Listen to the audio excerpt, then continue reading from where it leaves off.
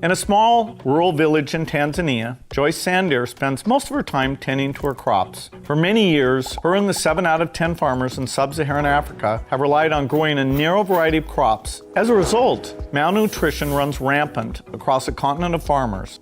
In 2012, life changed for Joyce when she started growing maize seed bred to tolerate drought. When drought came, most of her crops withered and died, but her new maize was more productive than ever. That seed made the difference between hunger and prosperity.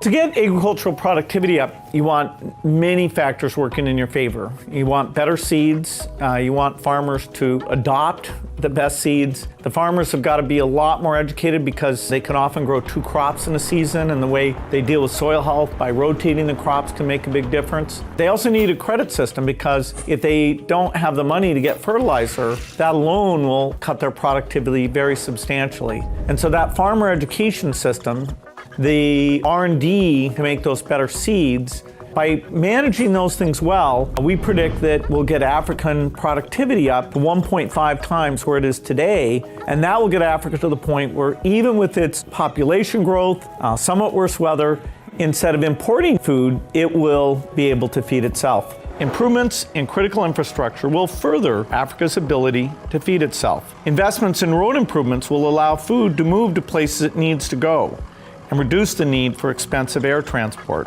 Additional surpluses will be put away in improved storage to better position them for lean years.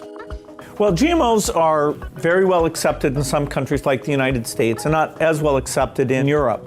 The African countries will have a choice of whether to use those tools. The example I gave of a woman using a drought-resistant seed, that was actually done with conventional breeding. And there is quite a bit of improvement still available with conventional breeding. But in this time frame, the GMO-derived seeds will provide far better productivity, better drought tolerance, salinity tolerance. And if the safety is proven, then the African countries will be among the biggest beneficiaries. So I think most of Africa will see this as a way to improve their productivity, but it's a sovereign decision. No one makes that for them. 15 years from now, stories like Joyce's will become all the more common as improvements in agriculture drive down poverty and improve life across the continent.